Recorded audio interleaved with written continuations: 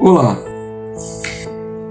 nós vamos ler no livro do profeta Ezequiel, capítulo 37, versículo 1, que diz assim: Veio sobre mim a mão do Senhor, e o Senhor me levou em espírito e me pôs no meio de um vale que estava cheio de ossos.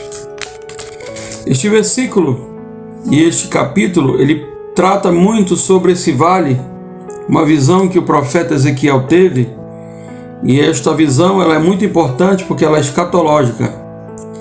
Porém, se usa muito essa pregação para atribuir também ao comportamento, ao estado da igreja. Às vezes uma igreja que possa estar passando por um momento espiritual ruim, às vezes a vida da pessoa também que possa estar vivendo um momento difícil, então tentam relativizar uma coisa pela outra. Porém, esse texto aqui não se aplica para a igreja. Esse texto é um texto profético. Ele claramente está mostrando o estado espiritual de Israel. Israel, eu digo, aqueles que ainda não aceitaram a Jesus como seu único e suficiente Salvador, porque há judeus cristãos, inclusive a nossa fé, ela procede dos judeus. Mas o Israel que espera o Messias, que está lá no livro de Mateus, capítulo 24, versículo 29 e 30, para nós vamos esperar Jesus em primeira carta de Paulo aos Tessalonicenses, no capítulo 4, versículo 13 em diante. Nós esperamos esse Jesus, o Jesus que vai arrebatar a igreja. A igreja não pode ser comparada a um vale de ossos secos. A igreja também não pode ser aqui descrita como se ela não tivesse o Espírito. O Espírito Santo veio para a igreja, prometido por Deus através do profeta Joel, derramado no dia de Pentecoste, e continua esse poder maravilhoso até o dia de hoje, e vai continuar, porque esse avivamento vai continuar. Então a igreja tem o Espírito, ela não é um vale de ossos secos. A igreja ela é comparada a uma virgem, ela tem lâmpada, ela tem azeite, e ela espera o noivo. E a condição desse povo aqui é o povo que rejeitou o Messias, que não ainda teve essa experiência de receber o Espírito Santo, mas para eles está reservado um dia de conversão nacional, onde Deus derramará o seu Espírito sobre todos eles. Hoje eles não são mais um montão de ossos secos espalhados. Hoje eles já são pessoas que já estão com os seus ossos organizados, já estão com a sua carne que cresceu, com a sua pele que se estendeu, mas falta ainda a parte mais importante, o Espírito. E aqui o Espírito não é o Espírito do homem, é o Espírito Santo, capaz de fazer a obra de redenção. E este exército aqui numeroso que o profeta Ezequiel avistou, eles terão seu cumprimento no dia em que o Senhor voltar e derramar o Espírito Santo. Eles vão lembrar da cruz do Calvário, eles vão lembrar que o corpo do Senhor foi transpassado ali por aquela lança. O Senhor que tem esta memória da aliança que fez, da promessa que fez com Abraão, cumprirá nos descendentes de Abraão. Então esse texto de Ezequiel 37, ele não pode ser pregado literalmente para a igreja, porque a igreja já tem o Espírito Santo. A igreja já está sendo preparada. Quando nós falamos de igreja, irmãos, nós estamos falando de uma denominação, de uma placa, de uma igreja de um país, de uma igreja de um grande movimento, não. Nós estamos falando da igreja que está em todos os 4 cantos da terra, que falam todos os idiomas.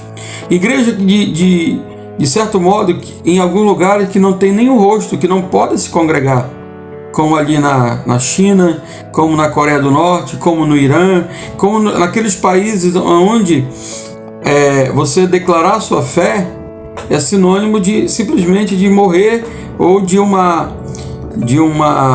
pena de trabalho esforçado para o resto da vida. Mas esse texto de Ezequiel 37, ele mostra para nós claramente a misericórdia de Deus, o amor de Deus para com os descendentes de Abraão. Paulo, escrevendo aos Romanos, no capítulo 9, verso 27, ele declara: o remanescente será salvo. Para a igreja, nós não esperamos receber esse Espírito como aqui está descrito, porque nós já recebemos. No passado, o Espírito era dado por medida, mas no dia de Pentecoste, o Espírito Santo foi dado à igreja. Todo crente que recebe Jesus como seu único e suficiente Salvador, ele recebe o Espírito Santo, que é o penhor da nossa redenção, é o penhor da nossa salvação. Essa é a garantia.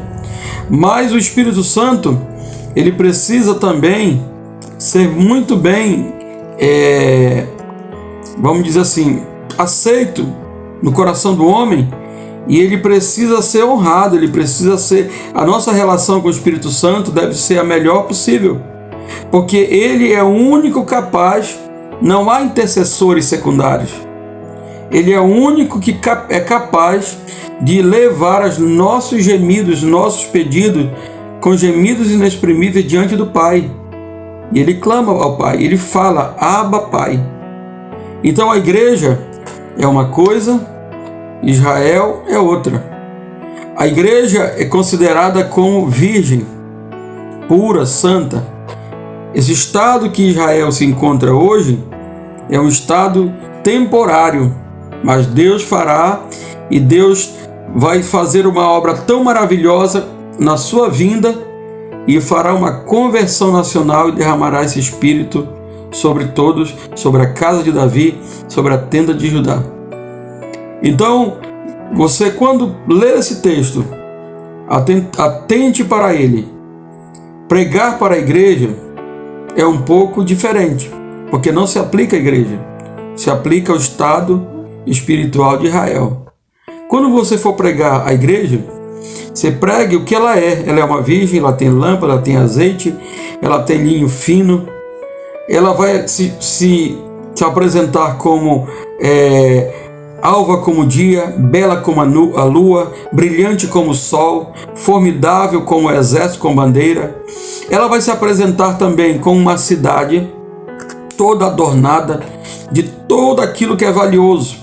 Quando João foi transportado, o anjo disse, vem, mostrar-te-ei a esposa do Cordeiro. Ele levou João até um determinado lugar e ele viu, e via Nova Jerusalém, que está toda ataviada e adornada para o seu esposo. Então, quando Jesus vier, ele vem buscar uma noiva pura, uma noiva bem cuidada, tratada e valiosa. Parte da glória dele, a Bíblia diz que ele prometeu ao que vencer, ele dará parte do resplendor da resplandecente estrela da manhã. Ele dará para nós também e revelará o maná escondido. Tomaremos na grande ceia, nas bodas do Cordeiro, um novo vinho que nos prometeu o Senhor. Então há muitas coisas, há muitos presentes, há muita coisa boa esperando pelos salvos. Por isso permaneça salvo, permaneça firme, se ocupe nas coisas de Deus, permaneça fazendo a obra do Senhor com alegria, com entusiasmo, porque a qualquer momento o Mestre vai voltar.